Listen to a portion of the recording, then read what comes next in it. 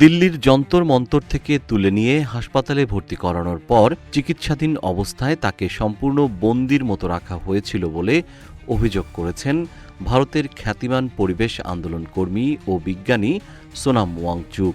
হাসপাতালের কড়া পুলিশি পাহারা ও নজরদারির বর্ণনা দিতে গিয়ে তিনি ক্ষোভ প্রকাশ করে বলেন, পরিস্থিতি দেখে মনে হচ্ছিল যেন আমি উত্তর কোরিয়ায় আছি। ऊपर क्या गुजरा मेरे परिवार पर पिछले 1-2 हफ्ते में।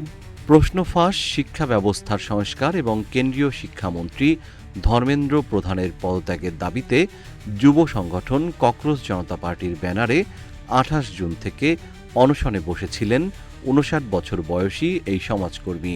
১৮ জুলাই ভোরে তাকে দিল্লির যন্তর মন্তর থেকে জোরপূর্বক দিল্লির সফদারজং হাসপাতালে নিয়ে যায় পুলিশ।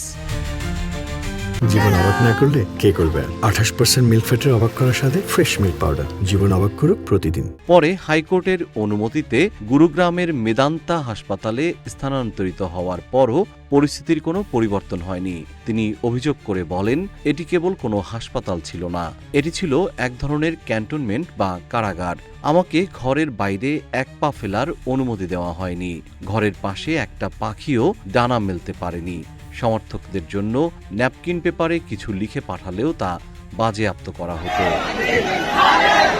সোনাম ওয়াংচুক জানান, হাসপাতালে তাকে মোবাইল বা ল্যাপটপ ব্যবহার করতে দেওয়া হয়নি।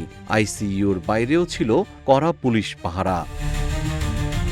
সোনামের স্ত্রী গীতাঞ্জলি অ্যাংমো ২৫ জুলাই সকালে সোশ্যাল মিডিয়ায় তীব্র ক্ষোভ প্রকাশ করে প্রশ্ন তোলেন, আদালত যেখানে বলেছে তিনি আটক নন, সেখানে পুলিশ এভাবে পাহারা দিয়ে কি অধিকারে সাক্ষাৎ নিয়ন্ত্রণ করছে? কেন্দ্রীয় সরকারের লিখিত আশ্বাস পাওয়ার পর বৃহস্পতিবার গভীর রাতে অনশন ভঙ্গ করেন সোনাম ওয়াংচুক।